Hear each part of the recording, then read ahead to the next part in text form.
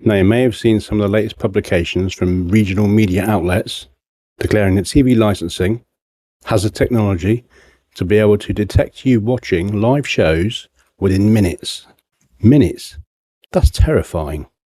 Their fleet of high-tech detector vans and their specialist equipment must be absolutely cutting edge. We're talking MI5, James Bond, CIA level stuff. Well, here's a picture of one of their TV licensing detector vans published in Wales Online last month. Now, I'm hoping you thought the same as me, because I'm pretty sure that Leyland stopped making those vans around about the 1990s. So if that's their high-tech tech, I'm thinking more Johnny English than James Bond. For the old school amongst us, more MFI than MI5. Well, I've had enough of their smoke and mirrors and their misleading PR campaigns. So today we're debunking detector van myths, along with detection equipment they apparently use, exposing some of the former underhand tactics they used to get search warrants, and highlighting why some form of TV license is absolutely here to stay. Plus, as a last point, I'll cover when you should call the police if a TV licensing goon crosses the line. Now, I got into law because I like fairness and justice, but then I get comments like, "Oh, you all watch the BBC, why don't you just pay the license fee and stop complaining? It's only 50p a day." No, you're missing the point. Quite frankly, not everybody does watch the BBC or live shows, and why should anybody have to pay for something they don't want, don't need, and don't use? Let's face it, you wouldn't pay £30 a month for car tax if you didn't have a car, would you? So why should you pay £15 a month for something if you don't use it? So, I'm back with a vengeance. And yes, 2 more TV licensing letters of my own, less than 2 months after the last one.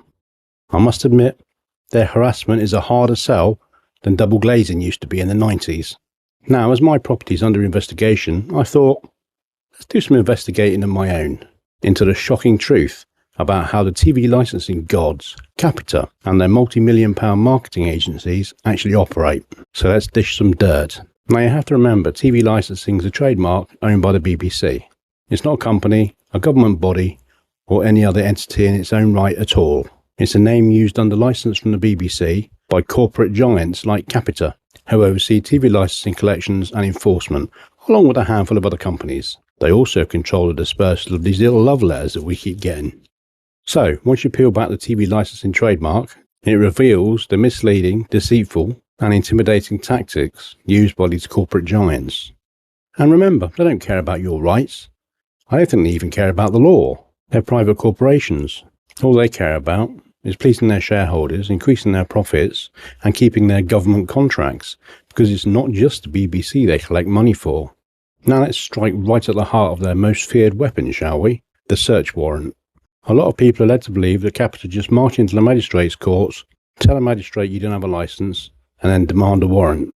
And with that warrant, they get to search your home and come in and examine your equipment. But in reality, legally, to obtain a search warrant under the Communications Act 2003, they need real evidence and reasonable grounds of suspicion that you're breaking the law. Not just hearsay. They need something substantial enough to convince a magistrate that issuing a search warrant is the best course of action. So just how do they get them? If you've ignored their letters, you haven't spoken to them, and you've withdrawn their implied right of access, how can they present any evidence? So, this is where they roll out their special detection equipment.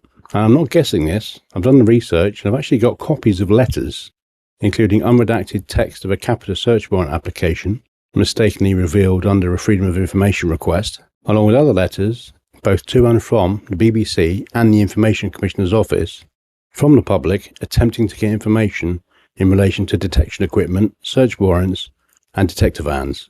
And this is as recent as last year, going right back to 2010. In the past, Capita's agents have stood in court and claimed that their optical detection equipment, a device they apparently point at your window from their vans, can actually collect light escaping from your room, convert the light into a fluctuating electrical signal, and then run an analysis on that signal and prove you're watching live TV. They've literally stated in their search warrant applications a positive signal was received, indicating a TV receiver was in use, receiving a possible live broadcast with a confidence factor of 97%. 97%? That sounds like bulletproof, high-tech scientific evidence, doesn't it? So, of course, the magistrates are going to accept that. After all, scientific evidence. But let's look at the legal and technical reality of it. Under closer examination, it's been proven by other specialists that this sophisticated optical detector is fundamentally just a photodiode sensor with a large lens. And in reality, it cannot tell the difference between a live broadcast, a Netflix stream, a PlayStation game, or even a DVD. It just reads flickering light. If you're watching an old home video, that equipment will likely give the exact same reading as if you were watching Sky Sports Live or BBC iPlayer. Granted, I would imagine 40 years ago, it was probably quite useful, back when there were only a couple of channels, all broadcast live, no on-demand TV. Nobody had games consoles, unless you count the tennis, where the ball used to bounce from one side of the screen to the other with a couple of lines moving up and down. Okay, so in absolute fairness, 40 years ago, that equipment was probably very useful, when there were only a couple of channels and everybody watched live TV, and it was all being watched on cathode ray tube televisions that would probably adequately satisfy that expectation. But seriously, nowadays, even the notion of that kind of equipment being successfully used is ridiculous. Now here's a masterclass in public relations for you. This is their handheld detector from the 2007 campaign. It's actually made by a small electronics firm in Kent called Buckham & Hardy Associates. Now, does that look like cutting-edge military-grade equipment? Something capable of intercepting a signal from a television set? Because to me it looks like a cheap plastic stud finder from B&Q with a pair of Walkman earphones plugged into it. I say Walkman because I'm pretty sure there's photos from the early 90s. And how do we know the BBC are hiding the truth and absolutely terrified of being exposed? Because when the public submitted Freedom of Information requests, demanding to know how many search warrants have actually been obtained using specialist equipment and detector vans, the BBC flat out refused to answer. Back in 2016, they dragged the whole entire debate all the way up to the Information Commissioner's office, and they're still giving the same answer last year, almost 10 years later. And what's their official excuse, their final reason for not disclosing information regarding their high-tech digital detection equipment? Fundamentally, the BBC admitted that their enforcement strategy relies very heavily on the perception by the public that the detector vans could be used at any moment. They confessed that maintaining uncertainty, keeping you in the dark and unaware of what's going on, is their core deterrent. They hide their technical data and their technical equipment behind Section 31 law enforcement exemptions, throwing up a wall of corporate flannel, again as recently as last year, basically using the excuse that revealing the truth would prejudice the detection and prevention of crime. So releasing that information wouldn't be in the public interests in relation to Freedom of Information requests. So I'm thinking the phrase getting blood out of a stone is pretty much the attitude here. They're never going to tell anybody what equipment they do or don't have, in which case there's only one conclusion I can draw. Now call me sceptical, but surely if you genuinely had this high-tech equipment, you'd show it in use in a video. That alone would be their best deterrent. If they did that, it would put the fear of God into TV licensing evaders, and license evasion would become a thing of the past. But the trouble is, as far as I can find out, they've never actually submitted any evidence acquired by detection equipment, vans or handheld devices in an actual court case. And obviously they won't give out information in a Freedom of Information request, so it does only really lead to one possibility. They most likely won't use this evidence in court or release anything under Freedom of Information requests, because if it went to court, they'd likely get cross-examined as to the functionality in the actual equipment itself, and they might even get requested to actually produce the equipment in court. And then, of course, the secret's out. So between you and me, I don't think they've got anything at all. And I dare the BBC to actually make a commercial advertising how high-tech their equipment really is. So what does that tell you? Well, it's not law enforcement using high-tech specialist equipment. It's a multi-million-pound game of corporate smoke and mirrors. They're basically making it all up and getting away with it by hiding behind Section 31, saying that it's not in the public interest to disclose any information. Share your thoughts in the comments below. Do you think that these vans and detection equipment are literally BBC propaganda? Or do you think they have the technology to actually do what they say they do? Now, I know what some of you are thinking. Why does this even matter? The TV licence is likely going anyway. In the Green Paper, the government said there's going to be change coming, and the way the BBC is funded isn't going to be the same anymore. And to be fair, I think it probably will change. Mark my words. It's going to metamorphosize into a monster of epic proportions. And the TV license is going to intrude on every aspect of digital media entertainment. Make no mistake. As far as the government's concerned, the gloves are off and they're not pulling any punches.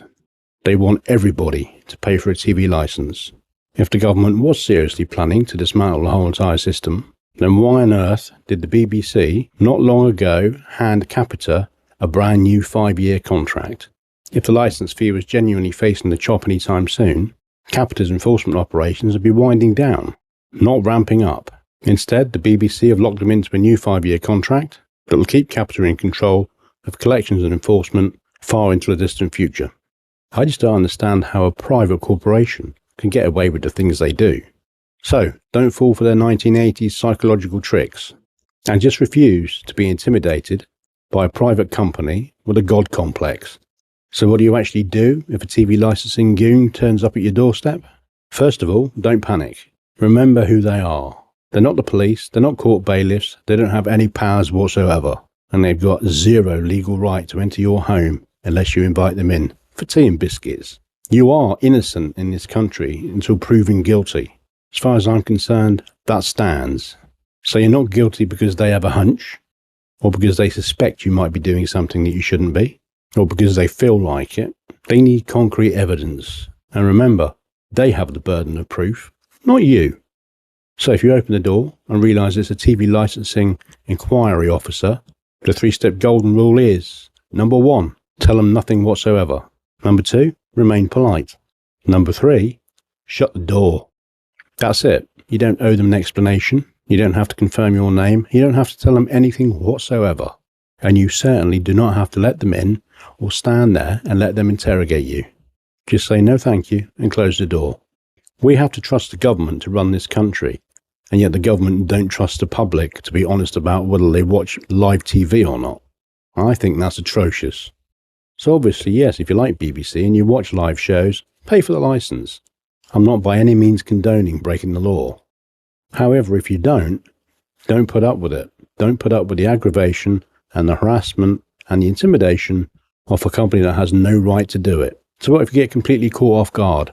You're in your garden and somebody comes up and starts chatting to you and it turns out they're a TV licensing officer.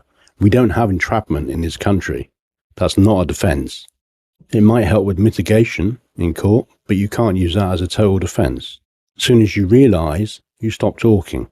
And whatever you do, under any circumstances, don't sign anything whatsoever, because they will try and get you to sign a form confirming the details of your discussion. They'll say, do you want to just sign here so that you can confirm the details that we've discussed so that we know they're accurate for our records? Or something like that. But that will become the main prosecution evidence if you sign it. If you sign anything, you're literally handing them the evidence on a plate. No signature and no confession. It's not so easy to win a case in court. If they persist, revoke their implied right of access to the property and ask them to leave.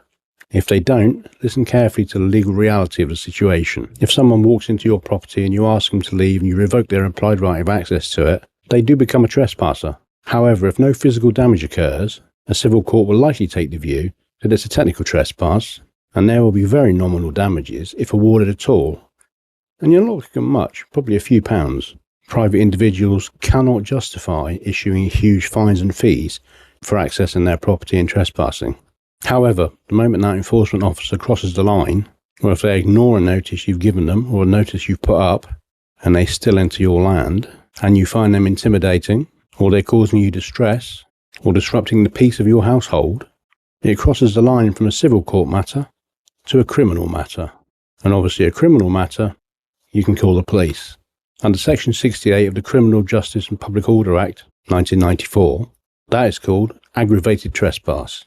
If they're trying to push past you or cause a scene, don't argue with them. Tell them they're committing a criminal offence and call the police. Tell the police you've got a trespasser that won't leave and they're being aggressive. But remember, you can only do this if you feel very intimidated, fear for your life or safety, or they're causing you distress. Because Section 68, Subsection 4 of that Act provides that a constable in uniform who reasonably suspects that a person is committing an offence under this section may arrest them without a warrant.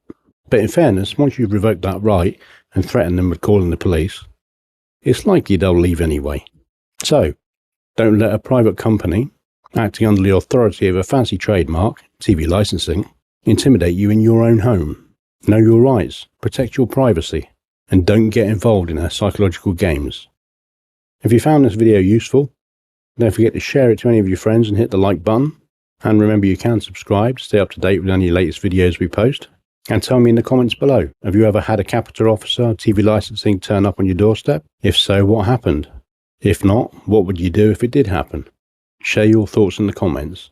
So until the next video, stay safe, stay legal, but more importantly, you stay informed. Take care of yourselves.